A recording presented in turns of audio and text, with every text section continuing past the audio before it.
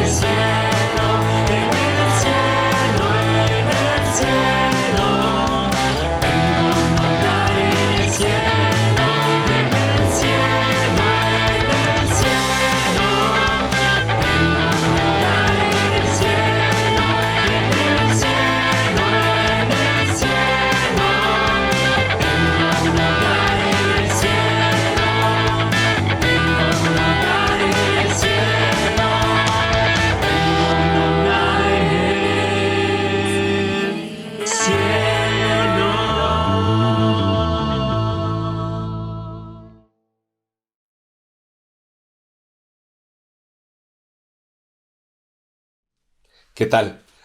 Está comprobado científicamente que el hecho de tener nosotros como seres humanos control de todo lo que nos rodea nos provee seguridad. Contrario a eso, el no tener control de las cosas que nos rodean, de las situaciones en las cuales de repente se vienen encima de nosotros, también traen estrés y traen mucha ansiedad. Y creo que este tiempo que estamos viviendo no es para menos. No tener control, no saber hasta cuándo, no saber qué va a pasar en el futuro, sin duda es algo que no podemos controlar. Es obvio que como seres humanos hay cosas que están fuera de nuestro alcance en ese sentido de poder controlar aquellas circunstancias que a veces nos rodean. El sentimiento de control es algo que como seres humanos constantemente estamos buscando tener. Porque como te digo, nos provee seguridad, nos provee confianza. El hecho de saber que podemos tener cierto control de ciertas cosas o de ciertas personas incluso, te puede hacer sentir con más confianza. Pero no es necesariamente lo que la palabra de Dios te enseña ni lo que Dios quiere para ti. No estamos hechos para ser controladores. Dios quiere que nosotros descarguemos ese tipo de confianza en Él, que realmente el control lo lleve Él. Por eso el título de la clase. ¿De verdad Dios controla tu vida? Porque especialmente si eres un seguidor de Jesús, a veces pensamos, sí, Dios controla mi vida, pero no le hemos soltado a Dios totalmente el control de nuestras vidas. Te voy a poner un ejemplo. Cuando manejas un auto, te puedes sentir mucho más seguro que si viajas en un avión. Porque viajar en un avión te quita todo el control que pudieras tener a comparación de manejar un auto. Y a pesar de que las estadísticas dicen que los accidentes suceden mucho más frecuentemente de manera automotriz con los autos, a pesar de eso, tenemos mucho miedo y desconfianza cuando nos subimos a un avión. No sé si tú lo has experimentado. Porque claro, sabes que te sientas en tu asiento, en el lugar que te corresponde, y al final de cuentas no sabes qué va a hacer el piloto. Cuando tú manejas, tú tienes el control de la velocidad, de la distancia, de todo lo que sucede en el auto, tú lo controlas. Y de la misma manera a veces pensamos que de esa forma vamos a poder sentir seguridad. Entonces, las cosas que están bajo nuestro control nos dan tranquilidad, como el ejemplo que te acabo de dar. ¿Por qué? Porque nosotros tenemos el control, porque nosotros sabemos qué va a suceder o muchas cosas las podemos nosotros manejar. Obviamente hay cosas a nuestro alrededor que a veces no, pero a veces perder el control de lo que vivimos nos pone mal. Y también otra cosa importante es que a veces el control te puede engañar. Personas que piensan que pueden controlar todo, que hacen ejercicio todo el tiempo, que se alimentan de la manera más sana posible. Y no es que sea malo, al contrario, qué bueno. Y por otro lado, hay que cuidarnos también, ¿no?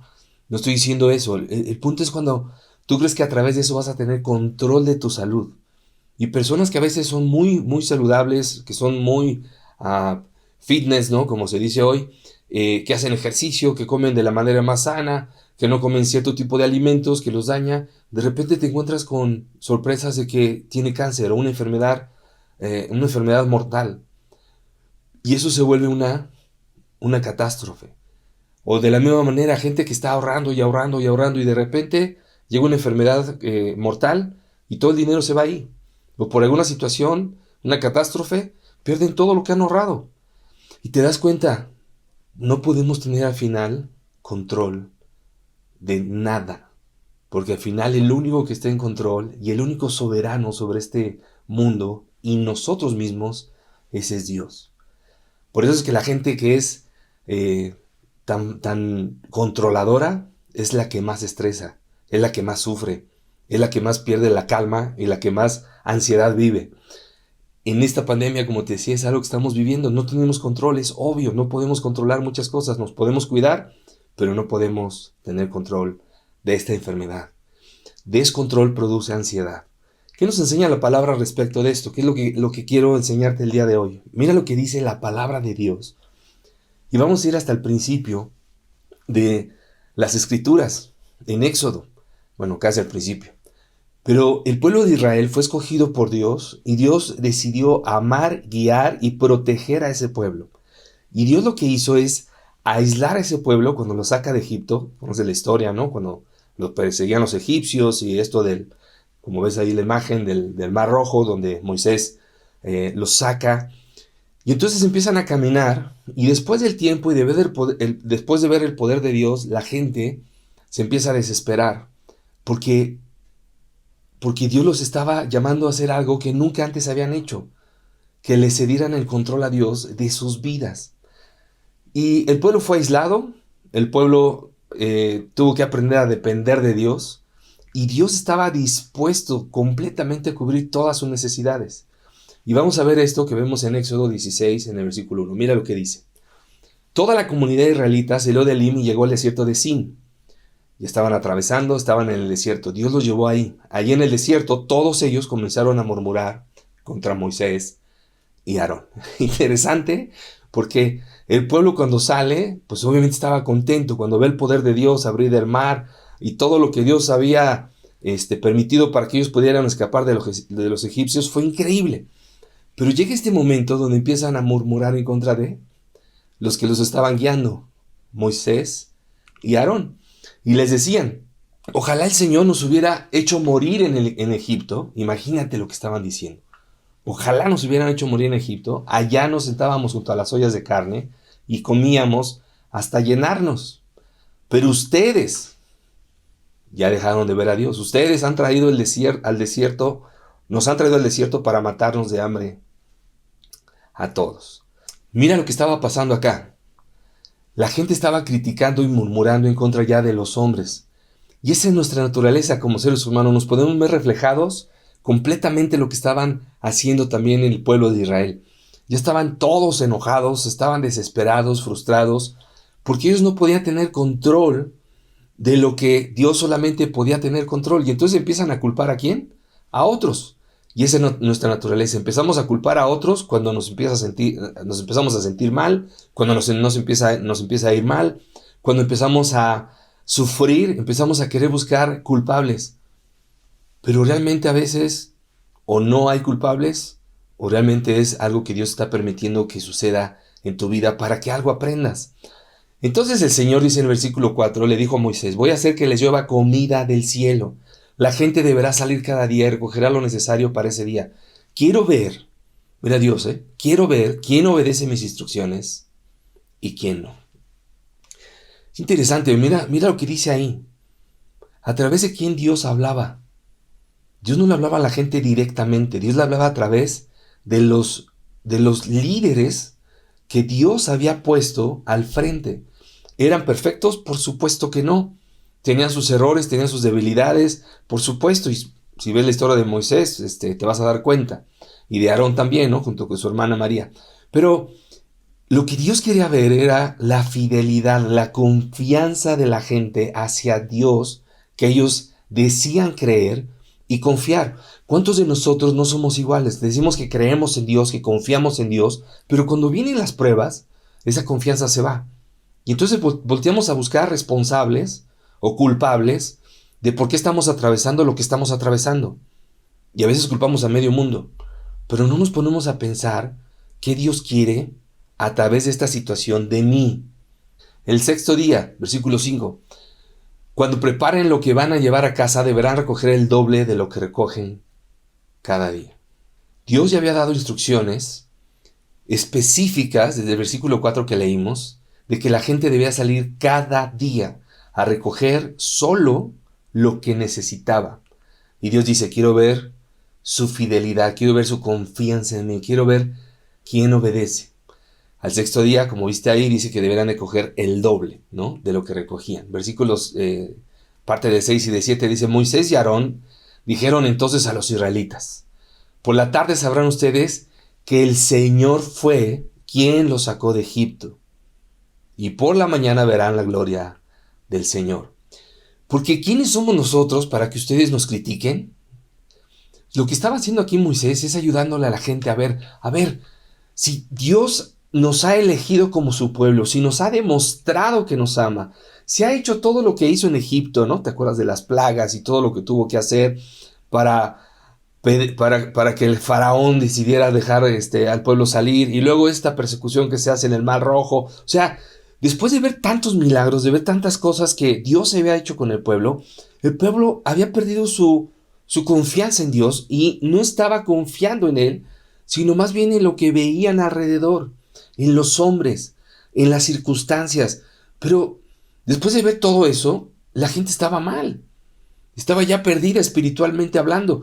Por eso es que le dice, por la tarde sabrán ustedes, dice Moisés, que el Señor fue quien los sacó de Egipto. ¿Quiénes somos nosotros? Nosotros solamente estamos al servicio de Dios, y no está bien que nos estén criticando, porque al final de cuentas decidimos hacer la voluntad de Dios y confiar en el Dios Todopoderoso que nos sacó de Egipto. Y eso es lo que le está diciendo aquí Moisés al pueblo. Más adelante, en el versículo 12, he oído murmurar a los israelitas, este es Dios hablando, habla con ellos y diles, fíjate bien, Dios diciéndole a Moisés, habla con ellos y diles, al atardecer ustedes comerán carne y por la mañana comerán pan hasta quedar satisfechos. Así sabrán que yo soy el Señor, su Dios. ¿Qué es lo que Dios quería darle a entender aquí al pueblo? yo soy el que te va a proveer, yo soy el que te va a cuidar, yo soy el que va a estar al pendiente de tus necesidades y tienes que confiar en mí.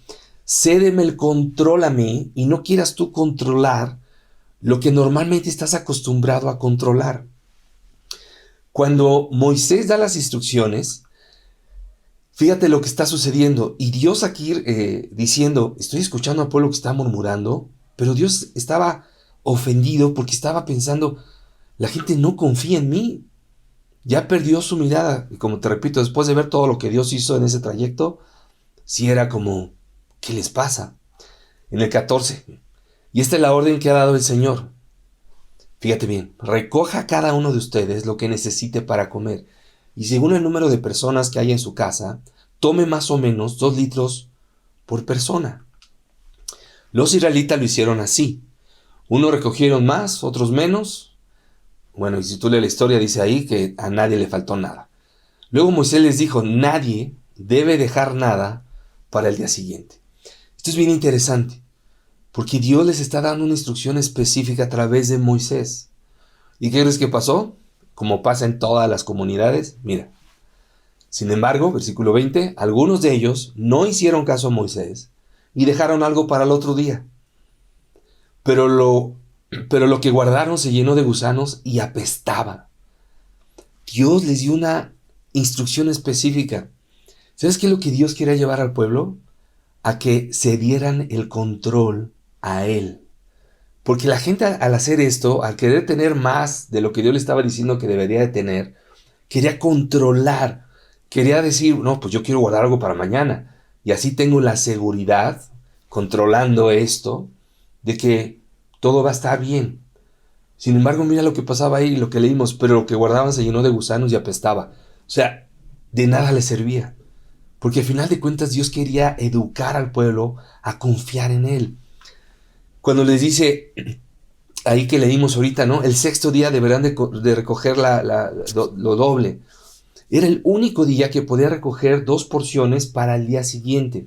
El 6º día para ellos era el viernes. ¿Ok? Mira lo que dice para que entendamos esto que vamos a leer. Éxodo 16:25. Entonces Moisés dijo, cómanlo hoy, que es sábado, que era el 7º día, consagrado al Señor, pues en este día no encontrarán ustedes nada en el campo. Entonces Dios hace todo para que salga conforme a su voluntad, pero la gente le costaba ceder lo que querían controlar. Entonces llega el viernes y los viernes tenían que recoger lo doble para el sábado, que no iba a haber nada, tuvieran que comer. Esa era la intención y la idea de Dios. Podrán recogerlo durante 6 días, mira aquí está, 26, pero el 7º día, que es sábado, no habrá nada. Y como siempre pasa, mira qué sucedió después, ¿no? Como siempre pasa en las comunidades, incluso en la nuestra, mira lo que sucede. Algunos de ellos salieron del 7º día a recoger algo, pero no encontraron nada. O sea, básicamente les valió lo que Moisés les había dicho. Ay, sí, hombre. O sea, ¿por qué vamos a tener que hacerle caso a ese hombre? ¿Por qué vamos a tener que hacerle caso a ese líder? ¿No? Pues porque Dios estaba usando a Moisés para darle instrucciones al pueblo. Y fíjate bien, ya estaba sucediendo. Ya estaba pasando esto. Y la gente salía y obviamente, pues al no hacer caso, pues no encontraba aquello que estaba buscando. ¿Qué sucede?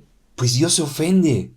Y Dios dice, ¿por qué no me hacen caso? Y mira, no porque sea un Dios iracundo y que esté pensando en destruir a quien no obedece, sino más bien porque le duele que no hagamos caso y suframos las consecuencias de no recibir las bendiciones si no obedecemos lo que nos dice. En Éxodo 16:28, mira qué dice. Entonces el Señor le dijo a Moisés, ¿hasta cuándo van ustedes a seguir desobedeciendo mis mandamientos y enseñanzas? Mira el corazón de Dios, porque acto seguido, después de que Dios hace esta pregunta que es, ¿qué les pasa? ¿Por qué no hacen caso? ¿Por qué no confían en mí? ¿No creen que yo les voy a dar de comer al día siguiente? ¿No confían en que yo soy el que va a proveer y a satisfacer todas sus necesidades? Y eso también aplica para nosotros. O sea, necesitamos confiar en Dios y cederle el control de nuestras vidas para que Él haga lo que Él sabe que es mejor para nosotros. Si tú visitas esta transmisión, yo te animo a que estudies la palabra de Dios, porque no hay mejor lugar en el que puedas depositar tu confianza y ceder el control de tu vida que al Dios Todopoderoso. Nadie, absolutamente nadie te va a amar más que Dios. Nadie te va a amar de la manera en que Dios te va a amar. De verdad, créelo. Y a lo mejor piensas, bueno, es que estoy pasando por situaciones malas, ¿cómo puedo confiar y creer que Dios, porque me está permitiendo pasar por esto? Pues precisamente porque Dios, a través de eso que estás viviendo, no sé qué es exactamente, Dios te quiere ayudar a crecer. Y Dios usa todo lo que sucede, aún lo malo, para nuestro bien. Por eso Dios les recrimina aquí, les dice, ¿no? ¿Hasta cuándo van ustedes a seguir desobedeciendo mis mandatos y mis enseñanzas? 29. Tomen en cuenta, mire corazón, ese es el corazón de nuestro Dios. Tomen en cuenta que yo, el Señor, les he dado un día de reposo. Por eso el sexto día les doy comida para 2 días, para el viernes y para el sábado. Así que el séptimo día, cada uno debe quedarse en su casa y no salir de ella. ¿Te das cuenta? A Dios le estaba afectando el hecho de ver, ¿por qué si yo les he demostrado que los amo y me preocupo y del cielo les he mandado el alimento, ¿por qué no me hacen caso? ¿Por qué no confían en mí? Y entonces finalmente el pueblo tuvo que aprender a confiar en Dios y a soltar el control de lo que ellos querían controlar para cedérselo a Dios. Y finalmente el pueblo aprendió, ¿no? Tuvieron que pasar algunas situaciones como las que ves, luego puedes ver ahí la historia completa en la palabra. Pero finalmente el pueblo ya aprende, y mira lo que sucede en el versículo 31. Los israelitas llamaron maná a lo que recogían. Era blanco como semilla de cilantro y dulce como las hojuelas de miel. En el 35. Los israelitas comieron maná durante 40 años. Hasta que llegaron a tierras habitadas. Es decir, lo comieron hasta que llegaron a las fronteras de la tierra de Canaán. Dios permitió al pueblo de Israel vivir todo ese tiempo con todas las necesidades que puedes ver ahí que sufrieron en el desierto, aislados, donde no tenían forma de saber hacia dónde ir. Dice la palabra que Dios los tuvo ahí 40 años. Pero también Dios se encargó de proveerles todo lo que necesitaban para su bienestar. ¿Qué es lo que Dios quería a través de ese tiempo? Ayudarlos a confiar en Él, que soltaran el control, que se dieran aquello que ellos querían hacer por sí mismos cuando Dios decía, yo lo voy a hacer. Y es interesante esa historia porque habla acerca de eso, de cómo desde el principio de la creación, como lo puedes ver, bueno, aquí en Éxodo con este pueblo, toda la Biblia nos habla acerca de eso, de dejar que Dios controle nuestras vidas, que Él esté al pendiente de nosotros. Pero requiere que tengamos fe, requiere que nos acerquemos a Él y que de veras le confiemos a Él, que le cedas el control a Él. Como si vas manejando un auto, ¿no? Y dices, no, yo quiero que Dios lo maneje, pero tú no quitas las manos del volante. Y todo el tiempo quieres tú manejar. Sí, Dios, pero dame chance, yo te ayudo. Dios no necesita ayuda de nosotros. Dios es soberano, Dios es poderoso, Dios no necesita de nuestra ayuda. Al contrario, nosotros de Él estamos de acuerdo. Entonces, necesitas soltar el volante y cederle el control a Dios. Y que Dios realmente dirija tu vida. Por eso es el pueblo de Israel, la historia del pueblo de Israel es tan maravillosa, porque habla de muchas cosas, por supuesto, pero de cómo Dios tuvo que enseñar al pueblo a confiar en Él y a que el pueblo se diera el control. Mira lo que Jesús dice en el Nuevo Testamento. En Mateo 6:31 dice, así que no se preocupen preguntándose, fíjate bien, no se preocupen. ¿Qué trae la falta de control? El descontrol. Cuando tú no tienes en tus manos el control, preocupación. Y dice, no se preocupen. Hay alguien que está preocupado por ustedes, pero ustedes no se preocupen. ¿Qué vamos a comer? ¿Qué vamos a beber? ¿Qué vamos a vestir? Todas esas cosas son las que le preocupan a los paganos, pero ustedes tienen un Padre Celestial que ya sabe que las necesitan. Tienes a alguien que ya sabe lo que necesitas, que ya sabe qué es aquello que Cada uno de nosotros necesita ser cubierto.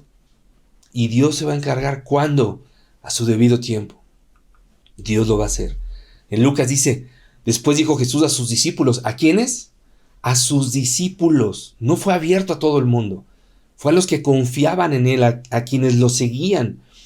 Les dijo, no se preocupen por lo que han de comer para vivir, ni por la ropa que necesitan para el cuerpo. Y en todo caso, por mucho que uno se preocupe, ¿cómo podrá prolongar su vida ni siquiera una hora? Pero si no pueden hacer ni lo más pequeño, ¿por qué se preocupan por las demás cosas? Mira lo que dice acá Jesús.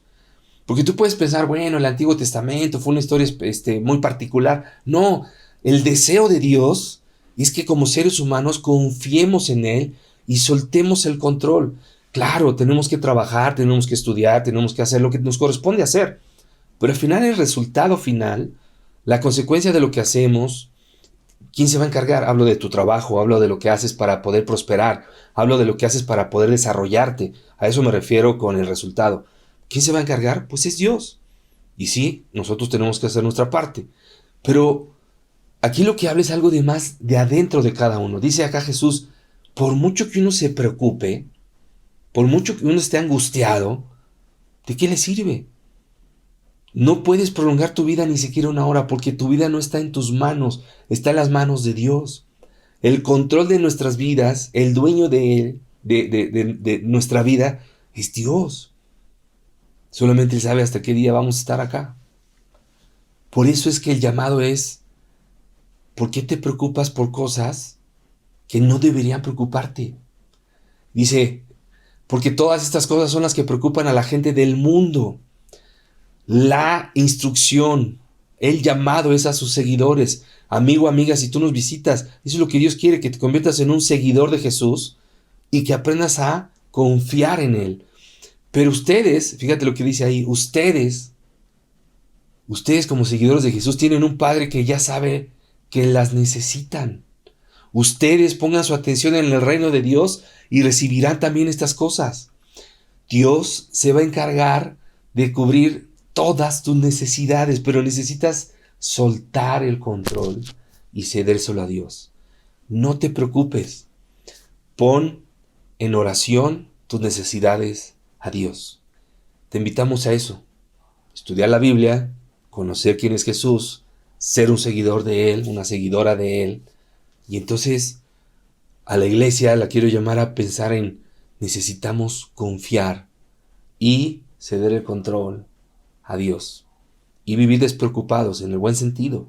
No estoy diciendo indiferentes, no estoy diciendo irresponsables, pero confiando en que Dios va a proveer lo que necesitamos y en el tiempo que Dios crea que es adecuado para cubrir esa necesidad. Y si no, finalmente no es la voluntad de Dios. Y para eso vivimos, para hacer la voluntad de nuestro Señor. Muchísimas gracias. Que tengas un bendecido inicio de semana. Hasta la próxima. Bye.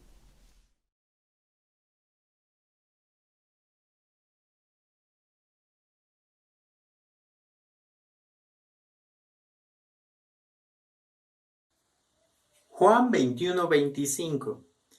Jesús hizo también muchas otras cosas, tantas que, si se escribiera cada una de ellas, pienso que los libros escritos no cabrían en el mundo entero. El apóstol Juan termina su relato reconociendo algo, que está incompleto, que le faltó describir otros muchos actos de la vida de Jesús, quizás parábolas, quizás otros milagros, u otras enseñanzas y vivencias, simplemente anécdotas. Yo estoy completamente de acuerdo con él. Por citarte un ejemplo, la biografía de Steve Jobs tiene más de 600 páginas. Por supuesto que Juan se quedó corto, lo cual nos lleva a preguntarnos inevitablemente cuáles fueron los actos que sí quedaron registrados de la vida de Jesús. Por mencionarte algunos, Jesús curó al sirviente del centurión romano, al paralítico de Cafarnaúm, al hombre de la mano seca, a la mujer encorvada, al que había sido paralítico 38 años, al endemoniado de Gerasa, al mudo, al ciego y mudo, a la hija de la mujer cananea, al niño con ataques epilépticos, a María Magdalena, a los 2 ciegos de Cafarnaúm, a Bartimeo, al que se le puso saliva en los ojos, al ciego de nacimiento, a los 10 leprosos, entre muchas más. Además de curaciones, Jesús también calmó la tempestad, caminó sobre el agua, multiplicó panes y peces 2 veces. Sacó una moneda de un pez para pagar impuestos, secó la higuera sin fruto, provocó la pesca milagrosa y convirtió el agua en vino en las bodas de Caná. Por si fuera poco, también resucitó a una niña de 12 años, a su amigo Lázaro y al hijo de una viuda. Por último, fue crucificado y resucitó al tercer día. Y eso que solamente los evangelios registran el tiempo de duración de su ministerio. Por supuesto que cualquier historiador se quedaría corto al tratar de escribir su biografía. ¿Y qué tiene que ver todo esto con la Santa Cena?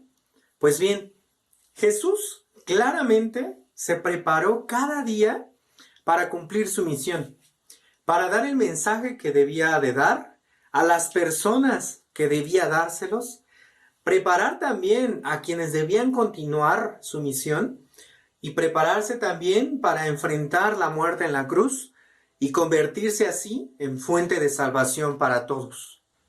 Algunas posturas sostienen que el ministerio de Jesús duró 3 años y también popularmente se cree que él murió a los 33. Estoy seguro que Jesús no llegó a sus 30 años y se dijo a sí mismo: es tiempo de estudiar las Escrituras profundamente. Es tiempo de estudiar oratoria o relaciones públicas o algo de política. Es tiempo de hacer ejercicio para lucir una apariencia saludable, ya que me convertiré en una figura pública. Es absurdo, es ridículo. Estoy seguro más bien de que llevó muchos años antes de su ministerio a Jesús prepararse, de que su estilo de vida, su sabiduría, su amor, su fe y su carácter se forjaron mucho tiempo atrás, que más bien no fueron adquiridos en esos 3 años de ministerio, sino fueron probados, perfeccionados, pulidos. Es decir, él no se comportó como si le quedaran muchos años y como si su hora nunca le fuera a llegar. Por el contrario, nosotros, o al menos muchos de nosotros, sí nos comportamos así. Pensamos que nos queda toda una vida por delante y postergamos llamamientos, misiones, preparaciones, reconciliaciones, arrepentimientos y crecimiento en sí. No podemos seguir pensando así, como si la vida eterna fuera esta y no la venidera, como si nos quedaran muchos mañanas, todos los disponibles, todos los requeridos para cuando decidamos cambiar. Pensamos, todavía estoy chavo, ahora que termine la cuarentena, ojalá ya se acabe el 2020, ahora que salga la vacuna contra el coronavirus, ahora que me case, ahora que esté de vacaciones y quizá la más popular de todas, ahora que me nazca del corazón. El tiempo de cambiar es ahora, de amar, de arrepentirnos, de dejar aquellas cosas que no hemos querido dejar o no hemos podido dejar por muchos años. El tiempo de atreverse, de arriesgarse, de perdonarse y perdonar a otros, así como a sí mismo, es ahora. El tiempo de acercarnos a la cruz, el tiempo de imitar su ejemplo, el tiempo de estar preparado, es ahora. Acompáñame en una oración. Dios Padre Celestial, queremos agradecerte que no estés lejos de cada uno de nosotros, que no estés lejos de nuestras debilidades, que no estés lejos de nuestra necesidad. Padre, no queremos, Señor, vivir pensando que esta es la vida eterna, vivir pensando que nos quedan muchos días por delante para cambiar, para hablar con quien tenemos que hablar, para arreglar las cosas en nuestro corazón que tenemos que arreglar, para confesar o para arrepentirnos, Dios. La realidad es que hoy más que nunca Vemos tan palpable la muerte a nuestro alrededor, Señor. Sabemos, Dios, que nuestros días están contados y que también los días de nuestros seres queridos están contados, Señor. Y por eso te rogamos, Dios, despiertes nuestra conciencia para poder vivir cada día y aprovecharlo. No estar esperando la circunstancia, no esperar a que los tiempos cambien, sino cambiar nosotros para que así nuestras circunstancias cambien. Como lo hizo Jesús, tal y como lo hizo Él. Gracias, Padre, y a través de Jesús te agradecemos y te oramos esta mañana. Amén.